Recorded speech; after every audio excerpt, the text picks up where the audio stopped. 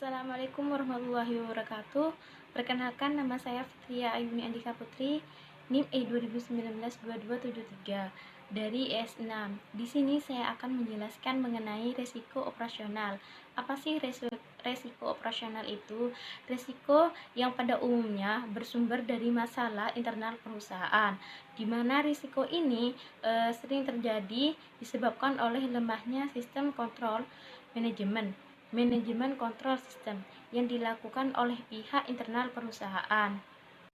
Selanjutnya, contoh risiko operasional, yaitu risiko pada komputer karena terserang virus. Selanjutnya, kecelakaan kerja, kesalahan dalam pencatatan pembukuan secara manual. Kemudian, kesalahan pembelian barang dan tidak ada kesepakatan bahwa barang yang dibeli dapat ditukar kembali dan lain sebagainya. Yang kedua yaitu bentuk-bentuk resiko operasional. Ada beberapa faktor yang mampu memberi pengaruh pada terbentuknya operational risk, yaitu terdiri dari risiko pada komputer. Risiko pada komputer ini biasa terjadi karena berbagai faktor seperti faktor masuknya virus disebabkan oleh proteksi software yang tidak memadai. Oleh karena itu, ada beberapa faktor risiko yang akan timbul dalam bidang komputer, yaitu yang pertama, terjadinya perubahan data-data komputer karena faktor terserang oleh virus. Yang kedua, yaitu komputer adalah teknologi yang selalu mengalami perubahan terutama pada setiap program yang ditawarkan. Dan yang ketiga, komputer adalah masuk dalam kategori IT yang memiliki nilai pasar yang tinggi, sehingga setiap pergantian perangkat komputer dan biaya tenaga ahlinya selalu saja membutuhkan biaya yang tinggi. Kemudian maintenance pabrik. Bagi setiap perusahaan, khususnya perusahaan yang memiliki mesin, sangat mengandalkan pada kualitas peralatannya dalam menunjang produksi. Maka biaya pada perawatan, pergantian peralatan pabrik bersifat rutin. Oleh karena itu, beberapa risiko yang harus ditanggung oleh suatu industri pada saat timbulnya kerusakan maintenance pabrik terdiri dari beberapa macam. Yang pertama, terhentinya aktivitas produksi selama beberapa saat. Diusahakan perhentian aktivitas produksi tidak memakan waktu yang lama, misalnya sampai berhari-hari, sehingga lebih jauh mengganggu setiap order yang sudah diterima. Dan yang kedua yaitu biaya servis, dengan mendatangkan tenaga ahli jika perusahaan tidak memilikinya. Dan yang ketiga yaitu biaya pergantian dalam bentuk pembelian baru beberapa peralatan pabrik dalam persoalan yang lebih jauh jika barang yang dipesan tersebut tidak tersedia atau tidak dipasarkan dengan cepat, sehingga mengaruh perusahaan untuk memesan terlebih dahulu dan tidak akan memakan waktu yang lama.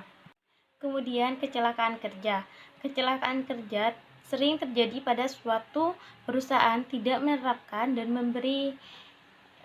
memberlakukan suatu konsep keselamatan dari jaminan bekerja sesuai barang dengan aturan dan ketentuan yang berlaku. Penghindaran biaya tersebut mencakup beberapa hal seperti yang pertama yaitu biaya asuransi kepada setiap karyawan yang harus dibayar setiap bulannya, dan yang kedua yaitu biaya tanggungan pada saat karyawan mengalami kecelakaan dan pihak asuransi belum menyerahkan atau belum mengeluarkan klaim asuransi yang diajukan. Dan yang ketiga yaitu jika aturan tentang jaminan dan konsep keselamatan kerja dicantumkan pada setiap kontrak kerja dengan para karyawan, maka jika perusahaan tidak mematuhi kesepakatan tersebut, maka kemungkinan untuk dituntut atau diajukan ke pengadilan di kemudian hari karena faktor pelanggaran kontrak dan harus bayar ganti rugi dengan jumlah yang sesuai dengan permintaan pihak penggugat. Kemudian kesalahan dalam pembukuan secara manual risk. Risiko dalam bidang pembukuan secara manual sebenarnya terjadi karena beberapa sebab, seperti yang pertama, pembukuan secara ditulis atau manual atau dicatat umumnya di kertas, sehingga pada saat suatu kantor mengalami kebanjiran, kecelakaan, kebakaran, atau kesalahan dalam tidak bisa atau sulit untuk mencari penggantinya. Dan yang kedua, jika kesalahan dalam pencatatan secara pembukuan terjadi, maka penyelesaiannya dan pencarian sumber masalahnya juga harus dilakukan secara manual. Dan yang ketiga, yaitu proses penyusunan pembukuan akan berlangsung dengan waktu yang lama sehingga pekerjaan menjadi tidak efisien atau tidak efektif. Dan yang keempat, yaitu setiap pengiriman informasi harus dilakukan melalui kantor pos atau jasa pengiriman surat. Sementara dengan penggunaan teknologi sudah dapat dilakukan dengan cara email atau via internet. Kemudian, kesalahan pembelian barang dan tidak ada kesepakatan bahwa barang yang dibeli dapat ditukar kembali. Risiko seperti ini timbul pada saat kesepakatan dalam setiap pembelian barang tidak diikuti dengan perjanjian bahwa barang tersebut bisa ditukar kembali dan berbagai kesepakatan lainnya. Sehingga pada saat kesepakatan tersebut tidak dibuat, maka perusahaan harus mengalami atau menanggung beberapa risiko kerugian, yaitu sebagai berikut. Dan yang pertama yaitu adanya barang yang sudah dibeli dengan harapan dapat terjual namun tidak laku terjual dan tidak ada perjanjian barang tersebut bisa ditukar, sehingga perusahaan mengalami kerugian. Yang kedua, pada saat barang sudah dijual namun ternyata ada sisa dan tidak bisa ditukar dengan yang baru, maka ini memaksa perusahaan untuk menjual dengan harga yang murah dengan asuransi daripada barang tersebut tidak terjual di pasaran atau mengalami kadaluarsa. Dan yang ketiga, yaitu perusahaan tidak bisa melakukan penghematan biaya karena kontrak dagang dengan para mitra bisnis bersifat tunai dan tidak ada konsep servis purna jual. Selanjutnya, globalisasi dalam konsep dan produk.